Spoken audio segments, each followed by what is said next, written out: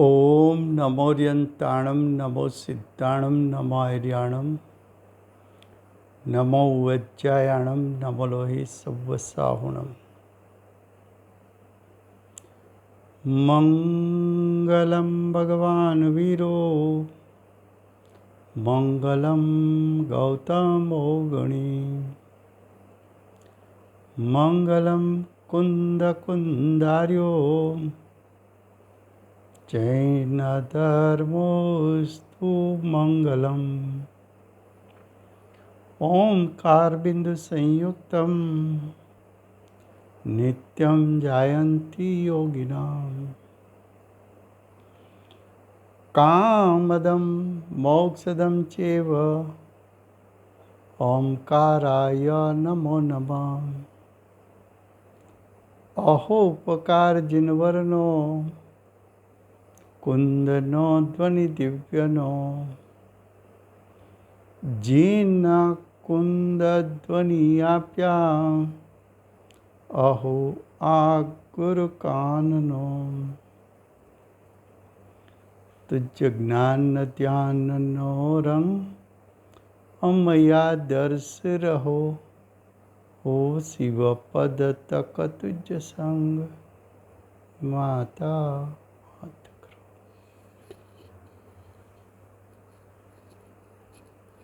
આ અષ્ટપાહુર નામનું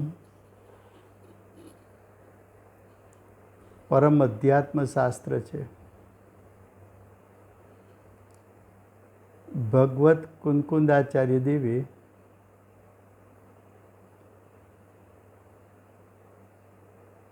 પાંચમું પાહુડ ભાવ પાહુડની રચના કરી છે.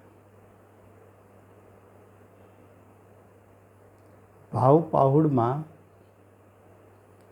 આચાર્ય ભગવંત જીવના ભાવની મુખ્યતા બતાવે છે. જીવના ભાવને કારણે સંસાર એટલે કે આકુળતા અને દુઃખનું કારણ અને જીવના ભાવને કારણે સિદ્ધ પદ એટલે અતિન્દ્રિય જ્ઞાન ને અતિન્દ્રિય સુખનું વેદન. હવે ગાથા 102માં ફરીને કહે છે. ફરીને શું કહે છે કે હે અજ્ઞાની જીવ, તું તારા ભાવનો વિચાર કર. જુઓ ગાથા 102. તું વિચાર રે તે દુઃખ તીવ્ર લયા અનાદિ કાળથી કરી અસન પાન સચેતના અજ્ઞાન ગ્રદ્ધિ દર્પથી. શું કહે છે? હે જીવ,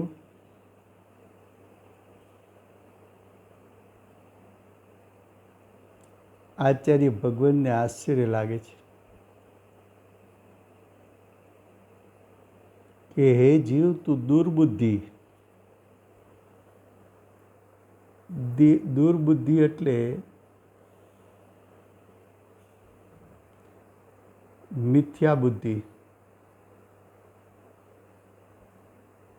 મિથ્યા બુદ્ધિ એટલે મિથ્યા જ્ઞાન. મિથ્યા જ્ઞાન એટલે અજ્ઞાન.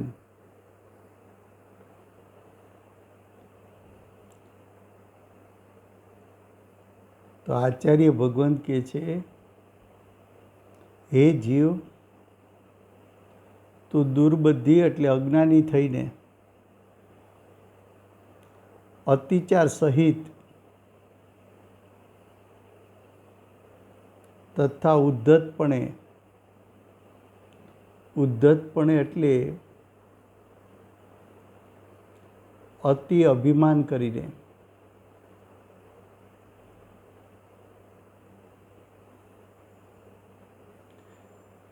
તીવ્ર મદ કરીને,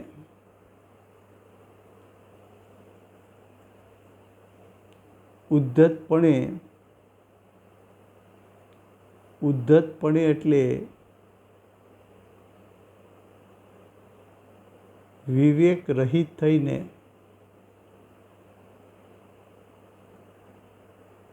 આ સચિત ભોજન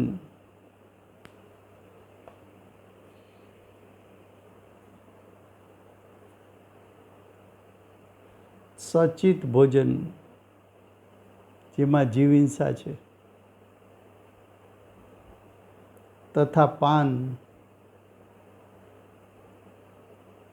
ભોજન કર્યા પછી મુખવાસ આદિ લે, જીવ સહિતના આહાર પાણી લઈને અનાદિકાળથી તીવ્ર દુઃખોને પામ્યો. આ તીવ્ર દુઃખ એ જીવના ભાવ છે. અજ્ઞાનીના ભાવનું ફળ છે.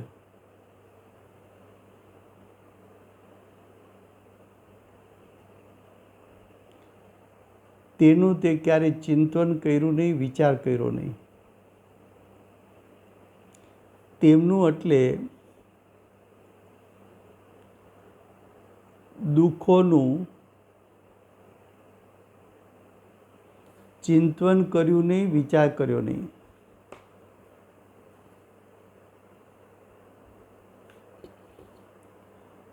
હું દુઃખી કેમ?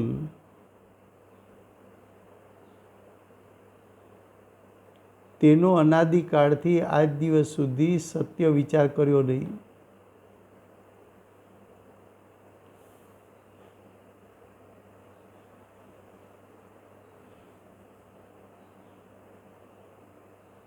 અજ્ઞાની જીવ અનાદિકાળથી સંસારમાં છે,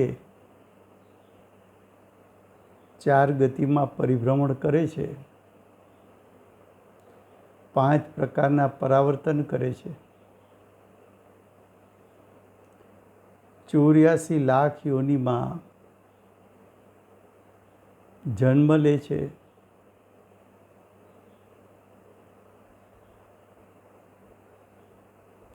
ક્યાંક ક્યાંક તો જન્મતાની સાથે જ મરણ પણ લે છે. એવા જન્મ મરણના દુઃખ અનાદિકાળથી ચાલ્યા આવે છે. એ જન્મ મરણના દુઃખ તારા ભાવને કારણે છે, તારી દુર્બુદ્ધિને કારણે છે, તારી અજ્ઞાન દશાને કારણે છે. એ અજ્ઞાન દશાના સ્વરૂપનું ચિંતન મનન કર્યું નહીં. જો અજ્ઞાન દશાનું ચિંતન મનન કરે અને અજ્ઞાનનું સ્વરૂપ સમજે તો એ જીવ પુરુષાર્થ કરીને અજ્ઞાન ટાળ્યા વગર રહે નહીં. આ ઝેર છે એમ જાણે, એ ઝેરને પીવે નહીં.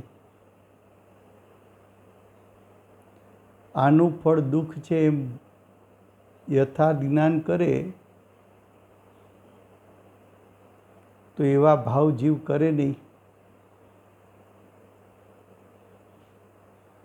પણ અનાદિકાળથી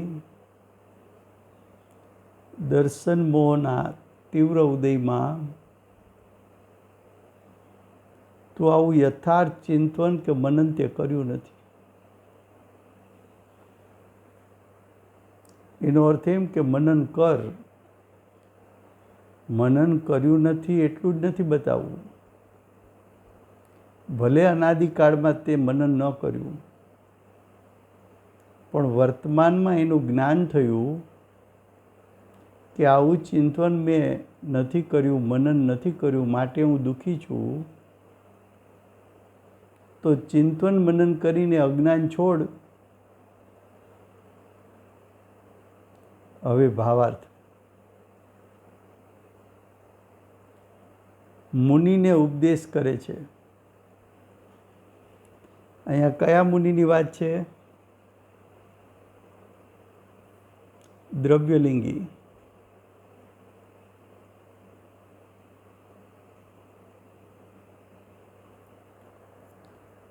દ્રવ્યલિંગી મુનિને ઉપદેશ આપે છે કે અનાદિકાળથી જ્યાં સુધી અજ્ઞાની રહ્યો,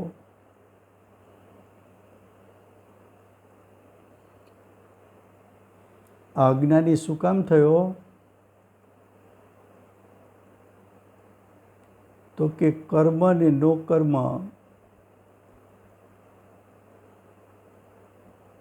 એમાં હું પડું ને મારા પણ કર્યું. સ્વ પરનું ભેદ જ્ઞાન ન કર્યું, માટે અજ્ઞાની રહ્યો.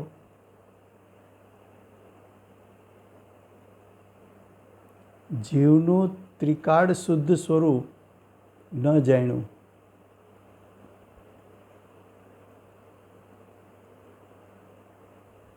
જીવનું ત્રિકાળ શુદ્ધ સ્વરૂપ ન જાણ્યું.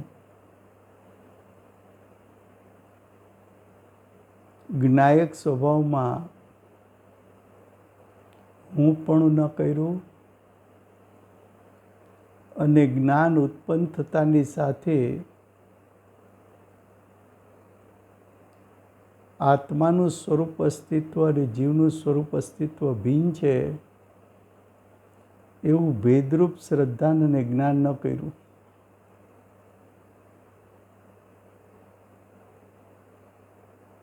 સચિત એટલે જીવ સહિત આ વનસ્પતિ છે, કંદમૂળ છે, સચિત પદાર્થો એનો આહાર કર્યો. પાણી એકેન્દ્રી જીવ છે.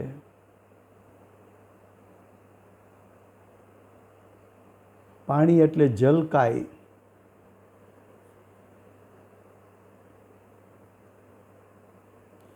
પાણી જ જેનું શરીર છે.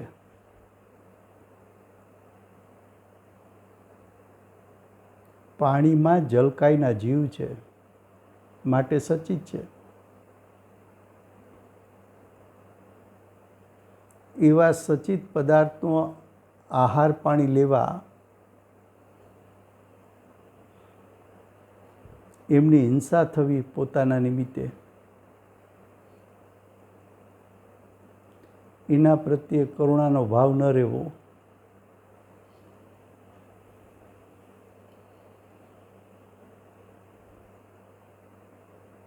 સચિત પદાર્થનો આહાર લઈને એવા દ્રવ્ય કર્મનો બંધ થયો કે નરકમાં ચાલ્યો ગયો. ત્યાં દુઃખને પામ્યો.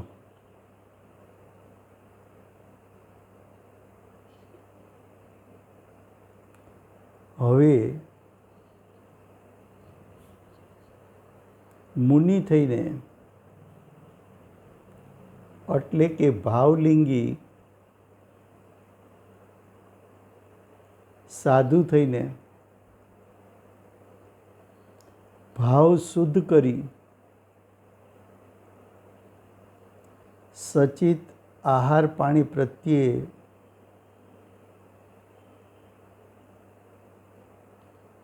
કરુણા રાખી સચિત આહાર પાણી ન કરવા, એને ગ્રહણ ન કરવા,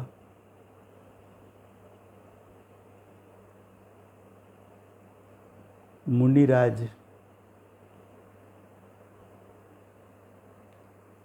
પાંચ મહાવ્રતના પાલક છે.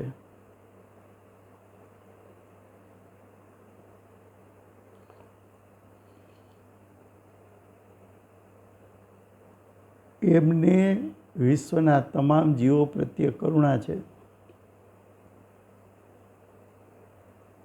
નિર્દોષ આહાર પાણી લે છે.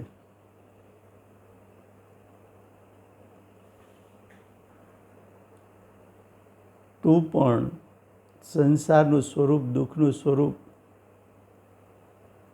એનું ચિંતન મનન કરીને સંસારને છોડીને ભાવલિંગી મુનિ થા. હવે ગાથા 103. હવે ફરીથી કહે છે, શેનો ત્યાગ કરવો એ વાત કરે છે. તો કે છે, કંઈ કંદ મૂલો પત્ર પુષ્પો બીજ આદિ સચેતને તું માન બદથી ખાઈને ભટક્યો અનંત ભવર્ણવે. કંદ એટલે શકરકંદ.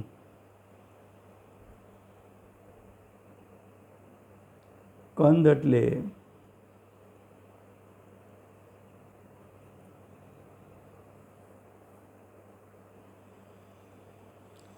એટલે કંદમૂળ.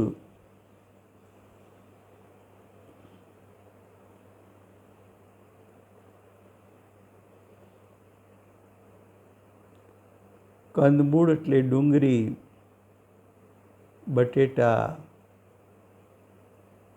લસણ, ગાજર, બીટ, આદુ વગેરે.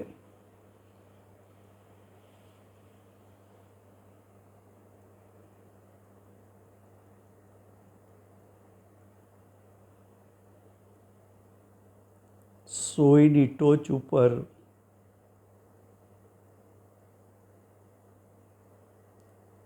બટેટાનો એક અંશ સોયની ટોચ ઉપર લો. એમાં અસંખ્યાતા શરીર, એક એક શરીરમાં અસંખ્યાતા અનંતા જીવો.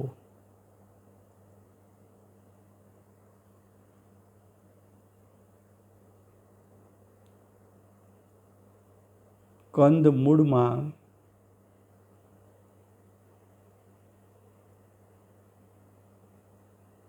રેતા જીવો, નિગોદના જીવો.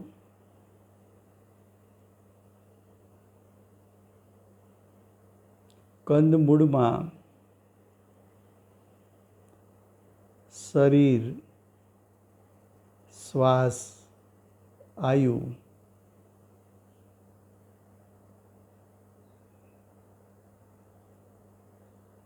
અને સ્પર્શ ઇન્દ્રિય.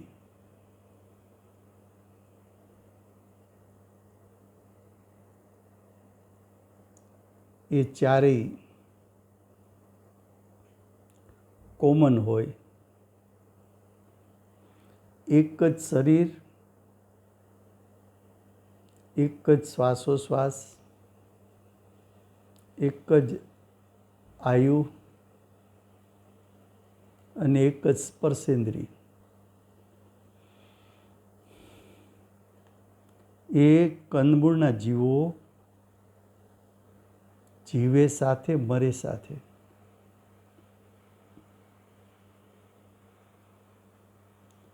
એક શ્વાસમાં 18 વાર જન્મ સાથે, મરણ સાથે,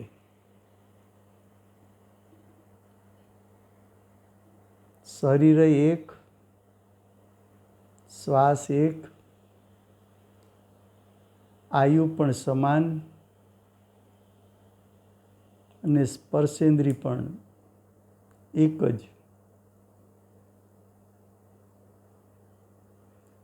એક જ શરીર, એક જ શ્વાસ, એક જ સ્પર્શેન્દ્રિયમાં રહેનારા અનંત જીવો, બધાનું આયુષ્ય સમાન, જન્મે સાથે મરે સાથે. એક શ્વાસમાં 18 વખત જન્મે, 18 વખત મરે. તો કે છે કંદ, જમીકંદ, આદિક, પછી બીજ, ચણા વગેરે જેમાંથી કોટા ફૂટે, પાણીમાં રાખો કઠોળ, તેમાં કોટા ફૂટે.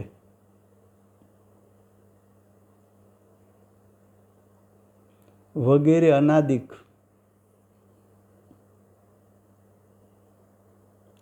મૂળ, આદુ, મૂળા, ગાજર વગેરે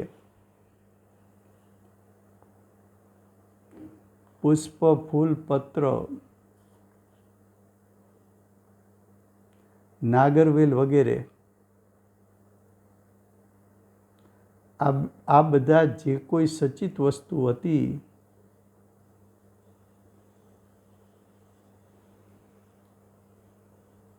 તેના પર ગર્વ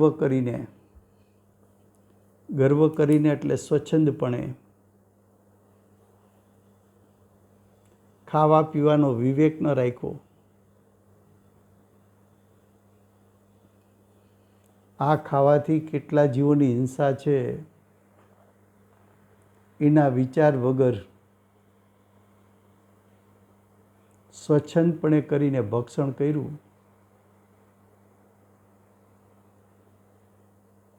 તો જીવ જેવો ભાવ કરે એવું ફળ મળે. સ્વચ્છંદપણે વર્તીને કંદમૂળ આદિમાં જે અનંત જીવની હિંસા થાય છે એ સ્વચ્છંદી થઈને અનંત જીવોની હિંસા કરી એ ભાવના ફળમાં ચાર ગતિરૂપી સંસારનું ભ્રમણ મળ્યું.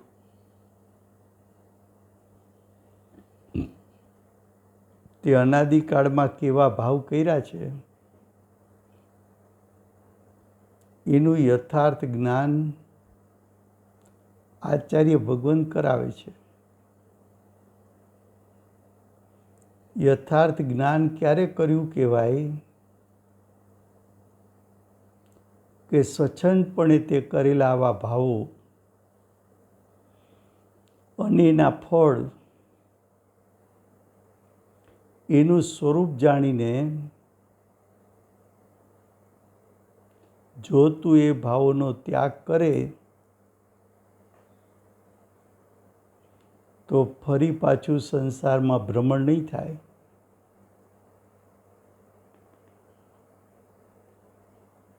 શાસ્ત્રના શબ્દ વાંચવા,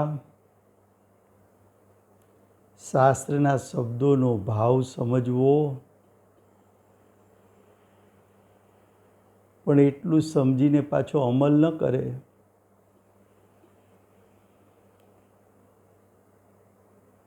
ઘણાને જૈનોને સાંભળતા જોવા મળે કે અમારે તો રોજ બટેટાનું શાક તો જોઈએ.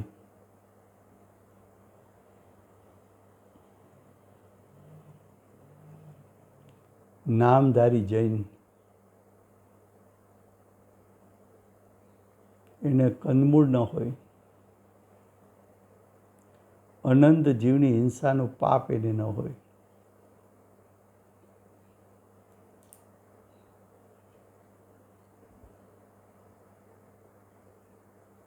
અનંત જીવની હિંસાનું એને પાપ ન હોય.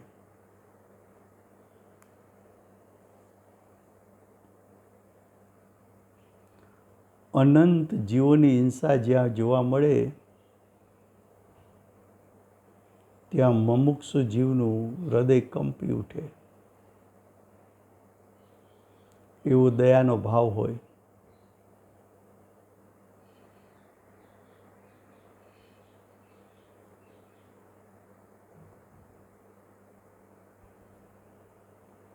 અનંત સંસારમાં ભ્રમણ કર્યું આ ભાવને કારણે. ભાવાર્થ: કંદમૂળ આદિક સચ્ચિત અનંત જીવોનું શરીર છે. કંદમૂળનું શરીર એક, એમાં રહેનારા જીવો અનંત. એક શરીર, એમાં એક ઇન્દ્રિય છે સ્પર્શેન્દ્રિય. પડી સ્પર્શેન્દ્રિયના માલિક અનંતે અનંત જીવ, એ શરીરનો શ્વાસ એક, એ શ્વાસનો માલિક અનંતે અનંત જીવ.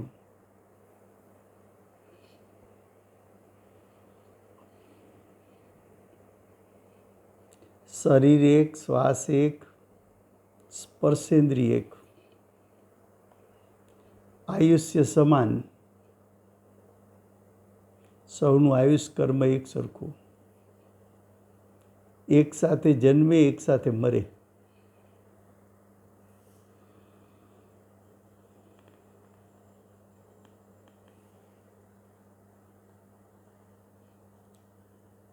તો કંદમૂળ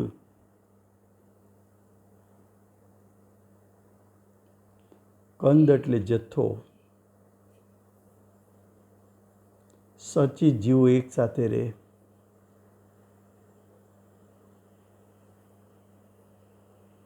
પછી કે છે અન્ય વનસ્પતિઓ, અળવીના પાન ખાય,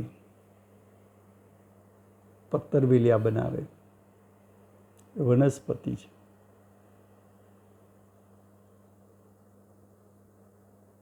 અમુક વનસ્પતિ જેના કોટા ફૂટે, કઠોળ હોય પાણીમાં પલાળો,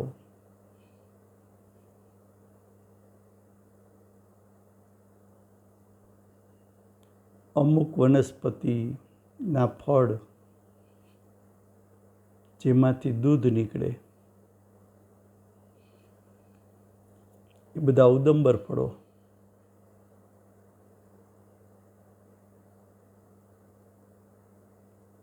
ઉદંબર ફળ તો ત્રસજીવ છે. ત્રસજીવને માંસ હોય, એ માંસનો આહાર, માંસાહારી. આના ભક્ષણ કરવાના ભાવ કર્યા,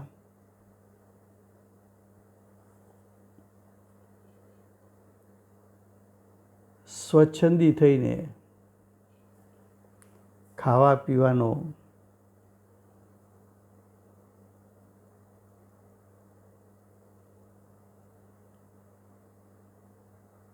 પીવાનો વિવેક ન કર્યો,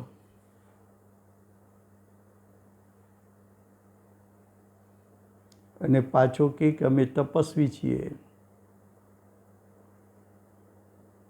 અમારે ઘરબાર નથી, વનના પુષ્પ અને ફળ ખાઈને અમે તપસ્યા કરીએ છીએ. આવા મિથ્યા દ્રષ્ટિ તપસ્વી થઈને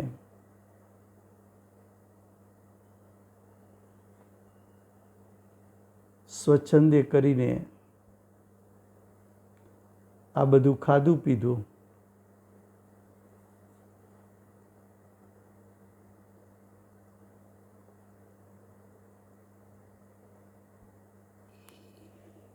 એ ઉદ્ધતાઈનો દોષ છે. એ ભાવના ફળમાં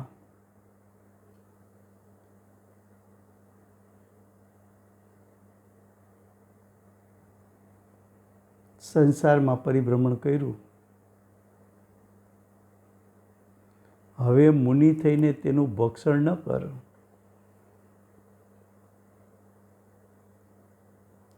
દ્રવ્યલિંગી મુનિ પણ સ્વચ્છંદી છે.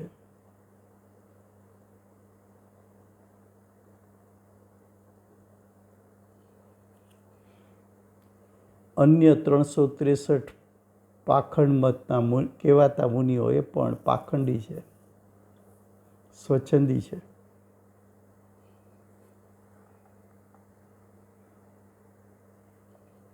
તું કે છે હવે તું તારી જાતને મુનિ કહેતો હો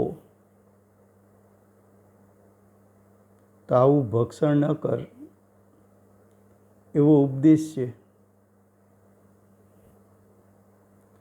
અન્ય મતના તપસ્વી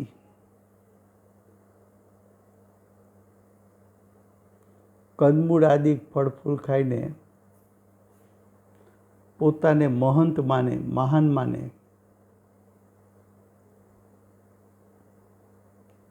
પોતાને સાધુ માને, પોતાને મોટા માને,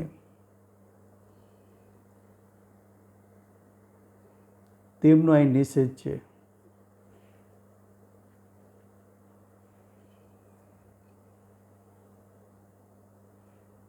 તો આ સ્વચ્છંદતાનું ફળ 4 ગતિ.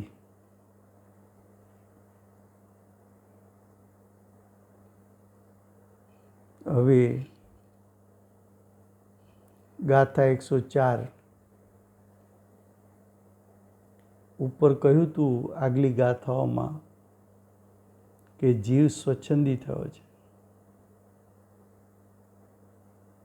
હવે એની સામે 104 ગાથામાં કહે છે કે હવે વિનય આદિનો ઉપદેશ કરે છે. પહેલા વિનયનું વર્ણન છે. વિનય કોને કેવો?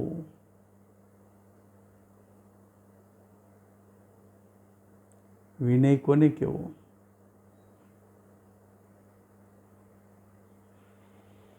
વિનયનું સ્વરૂપ પહેલા સમજી લે.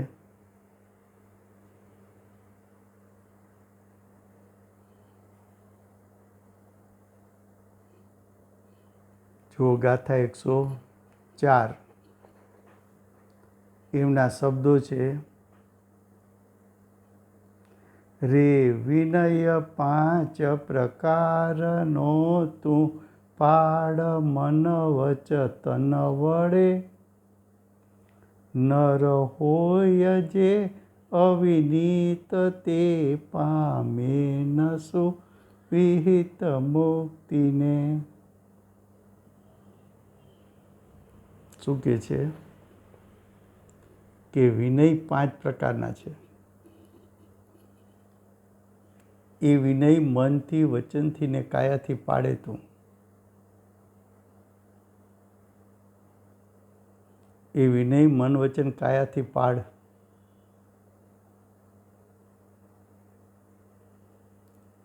પણ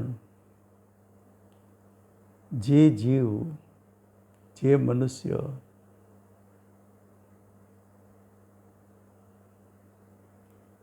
વિનયને પાડતો નથી, એ સમ્યક પ્રકારે મુક્તિને પ્રાપ્ત કરતો નથી. જુઓ અર્થ. હે મુને, જે કારણથી અવિનયી મનુષ્ય સારી રીતે વિહિત છે,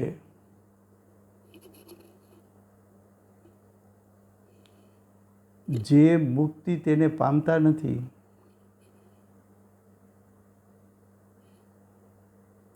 એટલે કે અભ્યુદય,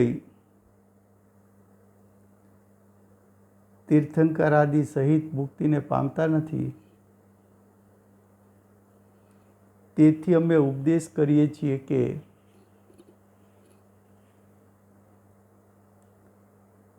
હાથ જોડવા, એટલે વિનયપૂર્વક હાથ જોડવા, ચરણોમાં પડવું, વિનયથી ચરણ સ્પર્શ કરવો, મુનિરાજ પધારે તો એના માનાર્થે ઊભા થવું, માનાર્થે સામે જવું, અનુકૂળ વચન કહેવા,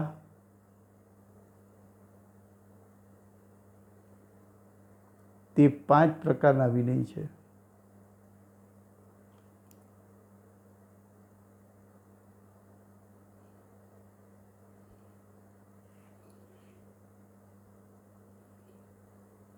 શું કહ્યું? 5 પ્રકાર: હાથ જોડવા, ચરણ સ્પર્શ કરવો, જ્ઞાની પધારતા ઊભા થવું, મુનિરાજ પધારતા, જ્ઞાની પધારતા એમના માનાર્થે સામે જવું, અનુકૂળ વચન બોલવા. આ 5 પ્રકારનો વિનય છે.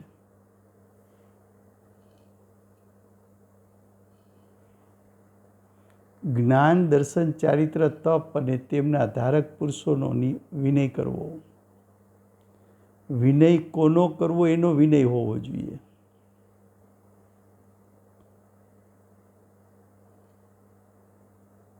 જેને સમ્યક જ્ઞાન, સમ્યક દર્શન, સમ્યક ચારિત્ર, સમ્યક તપ ધારણ કરેલ પુરુષો એટલે આત્મા,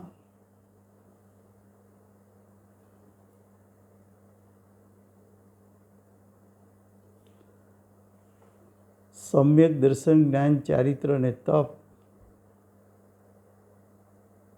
જે આત્માઓને પ્રગટ થયા છે એમને જ હાથ જોડવા,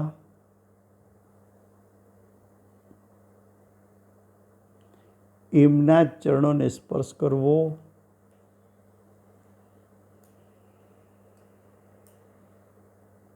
એમના પધારવાથી ખડા થવું,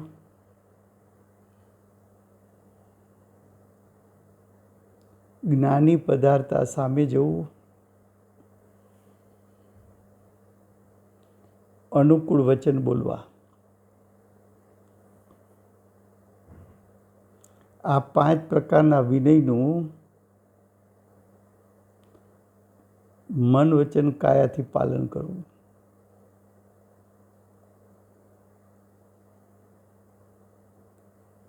આવો જ્ઞાનીનો ઉપદેશ છે. હવે ભાવાર્થ. વિનય વિના મુક્તિ નથી.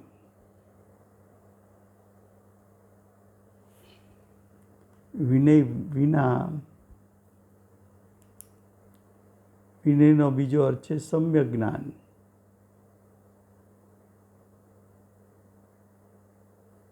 વિનયનો બીજો અર્થ છે વિવેકી જ્ઞાન. વિવેકી જ્ઞાન વિના મુક્તિ નથી.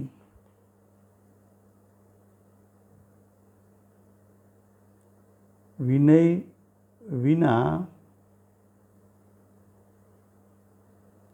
સંસારમાંથી મુક્તિ નથી. તેથી વિનયનો ઉપદેશ છે. વિનયમાં ઘણા ગુણ છે.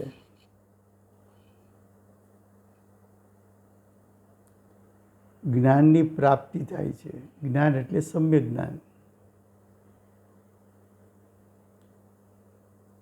સમ્યક જ્ઞાન કહો કે વિવેક કહો કે વિનય કહો કે મધ્યસ્થતા કહો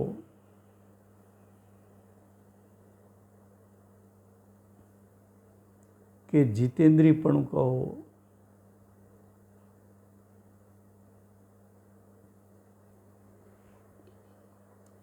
હવે કે છે આ જ્ઞાન પ્રાપ્તિથી એટલે સમ્યક જ્ઞાનથી માન કસાયનો નાશ થાય છે.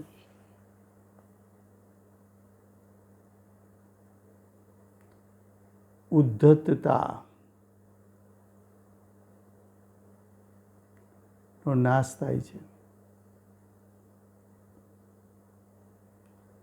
માન એટલે ગર્વનો નાશ થાય છે.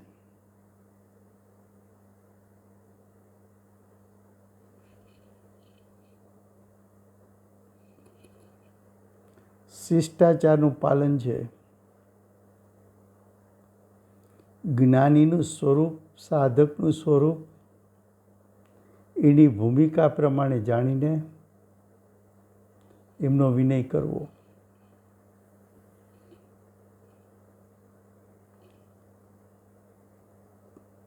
વિનયથી કલહનું નિવારણ છે. કલહ એટલે આકુળતા. વિનય વાપરવાથી આકુળતાનો નાશ.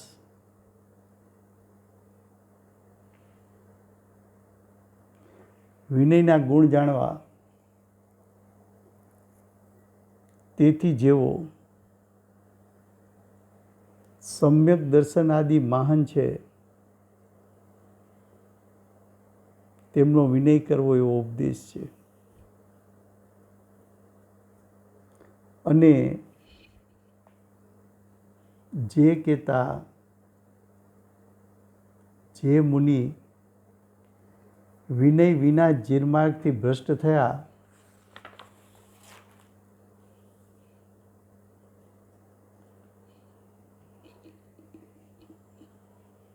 અને વસ્ત્રાદિક સહિત મોક્ષ માર્ગ માનવા લાગ્યા,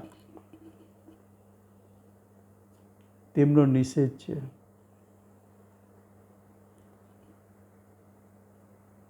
ભાવલિંગી સંતને પોતાના ભાવમાં શરીર પ્રત્યે મોહ ગળી જવાથી સેજે વસ્ત્ર ત્યાગ થયો.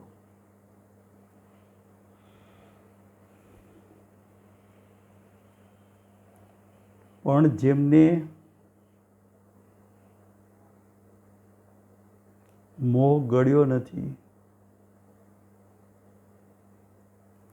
અને પોતે પોતાની જાતને મુનિ માને, એ જીવ વિનય રહિત છે.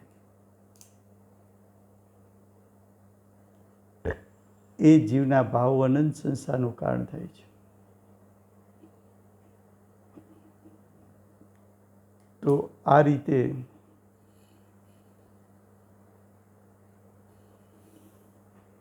વિનય કહેતા સમ્યક જ્ઞાનનું સ્વરૂપ સમજવું. પછી 105 ગાથામાં કહેશે કે ભક્તિરૂપ વૈયાવ્રતનો ઉપદેશ કરે છે.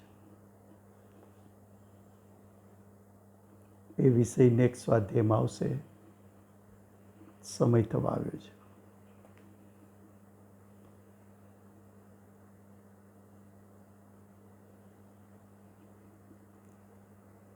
ત્રણ કાળ ત્રણ લોકને જાણનાર શ્રી સિમંદર ભગવાનનો જય હો.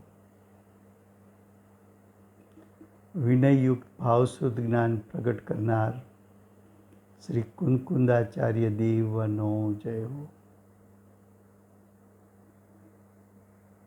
સ્વપર વચ્ચેનો વિવેક બતાવનાર પરમ કૃપાળુ શ્રી સદગુરુ દેવનો જય હો. સ્વભાવ વિભાવ વચ્ચે ભેદ જ્ઞાન કરનાર પ્રસમમૂર્તિ ભગવતી માતનો જય હો. અષ્ટ જીનવાણી માતનો જય હો. પરમ દિગંબર જૈન ધર્મનો જય હો.